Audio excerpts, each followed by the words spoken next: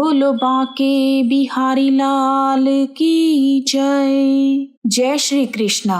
द्वापर युग में एक बार यशोदा माँ ने श्री कृष्ण से कहा, हे कृष्ण, तुम सारे संसार के उत्पन्न करता, पालनहारी तथा संहार करता हो।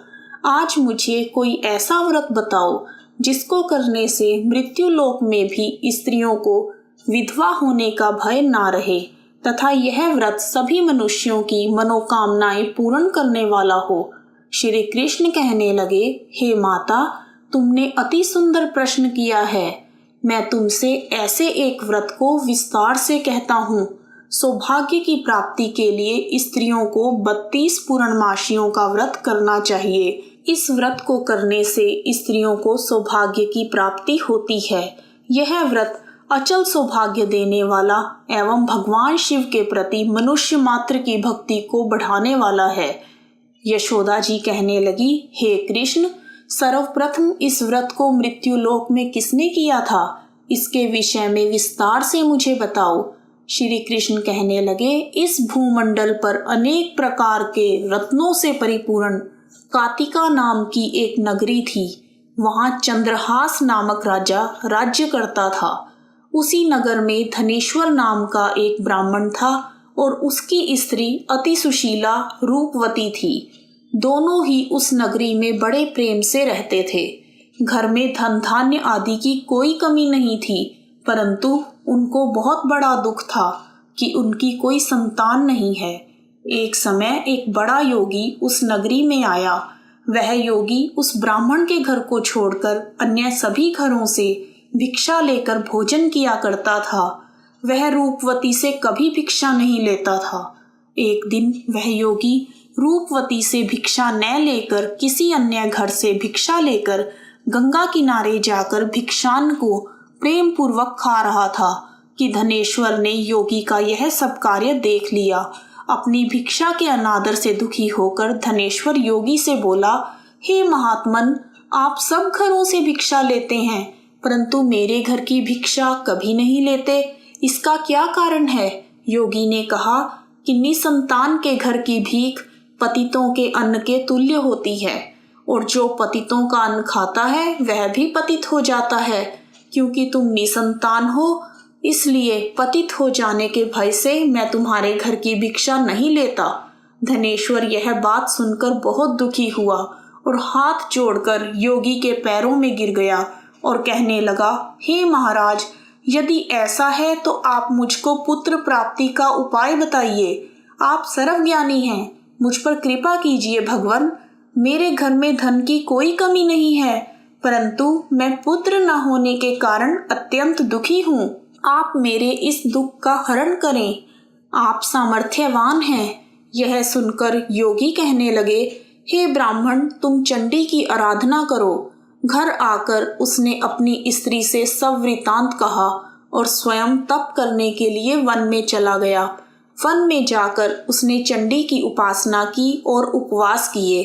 चंडी ने 16वें दिन उसको स्वप्न में दर्शन दिया और कहा, हे धनेश्वर, जा, तेरे घर पुत्र होगा, परंतु वह 16 वर्ष की आयु में ही मृत्यु को प्राप्त हो जाएगा। यदि तुम दोनों स्त्री पुरुष 32 पूर्णमासियों का व्रत विधि पूर्वक करोगे तो वह दीर्घायु हो जाएगा। जितनी तुम्हारी सामर्थ्य हो, आटे के दिए बनाकर शिवजी भगवान का पूजन करना, परंतु पूर्णमासी के व्रत 32 होने चाहिए। प्रातःकाल होने पर इस स्थान के समीप ही तुम्हें आम का वृक्ष दिखाई देगा।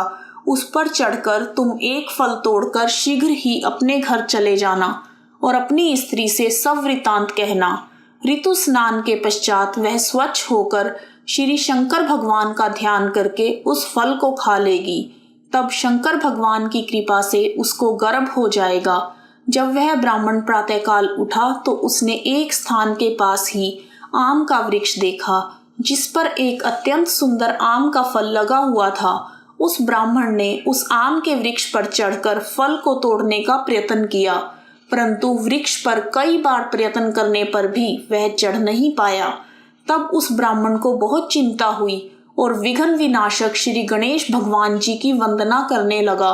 हे दयानिधे, अपने भक्तों के विघ्नों का नाश करके उनके मंगल कार्यों को करने वाले, दुष्टों का नाश करने वाले, रिद्धि सिद्धि प्रदान करने वाले, आप मुझ पर कृपा करके इतना बल दें कि मैं अपने मनोरथ को पूर्ण कर सकूं। इस प्रकार गणेश जी की प्रार्थना करने पर उनकी कृपा से धनेश्वर वृक्ष पर चढ़ गया और उसने सुंदर आम के फल को तोड़ लिया। उसने सोचा कि जो वरदान से फल मिला था वह यही है, और कोई फल तो दिखाई नहीं देता। उस धनेश्वर ब्राह्मण ने जल्दी से घर जाकर अपनी स्त्री को वह फल दे दिया और उसकी स्त्री ने अपने पति के कहे अनुसार उस फल को खा लिया और वह गर्भवती हो गई। देवी जी की असीम कृपा से उसे एक अत्यंत सुंदर पुत्र उत्पन्न हुआ, जिसका नाम उन्होंने देवीदास रखा। माता पिता के हर्ष और शोक के साथ वह बालक शुक्ल पक्ष के चंद्रमा की भांति अपने पिता के घर में बड़ा होने लगा। भवानी की कृपा से वह बालक बहुत ही सुंदर, सुशील, विद्या पढ़ने में बहुत ही निपुण हो गया। दुर्गा जी की आज्ञानुसार उसकी माता ने 32 पूर्णमासी का व्रत रखना आरंभ कर दिया, जिससे उसका पुत्र बड़ी आयु वाला हो जाए। 16वां वर्ष लगते ही देवीदास के माता पिता को बड़ी चिंता हो गई कि कहीं उनके पुत्र की इस वर्ष मृत्यु ना हो जाए। इसलिए उन्होंने अपने मन में विचार किया कि यदि यह दुर्घटना उनके सामने हो गई तो वो कैसे सहन करेंगे। इसलिए उन्होंने देवीदास के मामा को बुलाया और कहा कि हमारी एक बहुत बड़ी इच्छा है कि देवीदास 1 वर्ष तक काशी में जाकर विद्या अध्ययन करे और उसको अकेला भी नहीं छोड़ना चाहिए। इसलिए साथ में तुम चले जाओ और 1 वर्ष के पश्चात इसको वापस ले आना। सब प्रबंध करके उसके माता पिता ने काशी जाने के लिए देवीदास को एक घोड़े पर बैठाकर उसके मामा के साथ भेज दिया, परंतु यह बात उसके मामा या किसी और से नहीं बताई। धनेश्वर और उसकी पत्नी ने अपने पुत्र की मंगल कामना तथा दीर्घायु के लिए भगवती दुर्गा की आराधना और पूर्णमासियों का व्रत करना आरंभ कर दिया। इस प्रकार बराबर 32 पूर्णमासी के व्रत को उन्होंने पूरा किया। कुछ समय पश्चात एक दिन वह दोनों मामा और भांजा मार्ग में रात बिताने के लिए किसी गांव में ठहरे हुए थे। उस दिन उस गांव में एक ब्राह्मण की अत्यंत सुंदर, सुशीला, विदुषी और गुणवती कन्या का विवाह होने वाला था। जिस धर्मशाला के अंदर वर और उसकी बारात ठहरी हुई थी, उसी धर्मशाला में देवीदास और उसके मामा भी ठहरे हुए थे। संयोगवश कन्या को तेल आदि चढ़ाकर मंडप आदि का कार्य किया गया तो लगन के समय वर को धनुर्वात हो गया।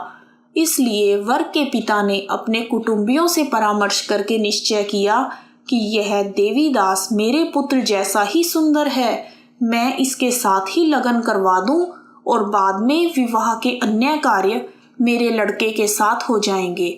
ऐसा सोचकर देवीदास के मामा से जाकर बोला कि तुम थोड़ी देर के लिए अपना भांजा हमें दे दो, जिससे विवाह के लगन का सब कार्य सुचारू रूप से हो सके। तब उसका मामा कहने लगा कि जो कुछ भी मधु पर्क आदि कन्यादान के समय वर को मिले वह सब हमें दे दिया जाए तो मेरा भांजा इस बारात का दूल्हा बन जाएगा। यह बात वर के पिता ने स्वीकार कर लेने पर उसने अपना भांजा वर बनने के लिए भेज दिया और उसके साथ सब विवाह कार्य रात्रि में विधि पूर्वक संपन्न हो गया। पत्नी के साथ वह भोजन करने लगा तो अपने मन में सोचने लगा, ना जाने यह किसकी स्त्री होगी। वह एकांत में इसी सोच में गर्म श्वास छोड़ने लगा और उसकी आंखों में आंसू भी आ गए। तब लड़की ने पूछा कि क्या बात है, आप इतने उदासीन व दुखी क्यों हो रहे हैं। तब उसने सब बातें जो वर के पिता व उसके मामा में हुई थी लड़की को बता दी। तब कन्या कहने लगी, यह ब्रह्म विवाह के विपरीत कैसे हो सकता है। देव, ब्राह्मण और अग्नि के सामने मैंने आपको ही अपना पति माना है, इसलिए आप ही मेरे पति हैं। मैं आपकी ही पत्नी रहूंगी, अन्य किसी की कदापि नहीं। तब देवीदास ने कहा, ऐसा मत करिए, क्योंकि मेरी आयु बहुत कम है। मेरे पश्चात आपकी क्या गति होगी। इन बातों को अच्छी तरह से विचार कर लो। परंतु वह दृढ़ विचार वाली लड़की थी। वह बोली, जो आपकी गति होगी वही मेरी गति होगी। हे स्वामी, आप उठिए और भोजन कीजिए, आप निश्चय ही भूखे होंगे। इसके बाद देवीदास और उसकी पत्नी दोनों ने भोजन किया तथा शेष रात्रि वे सोते रहे। प्रातःकाल देवीदास ने अपनी पत्नी को 3 नगों से जड़ी हुई एक अंगूठी दी, एक रुमाल दिया और बोला, हे प्रिय, इसे लो और संकेत समझकर स्थिर चित्त हो जाओ। मेरा मरण और जीवन जानने के लिए एक पुष्प वाटिका बना लो, उसमें सुगंधी वाली एक नवमल्लिका लगाओ, उसको प्रतिदिन जल से सींचा करो और आनंद के साथ खेलो कूदो तथा उत्सव मनाओ।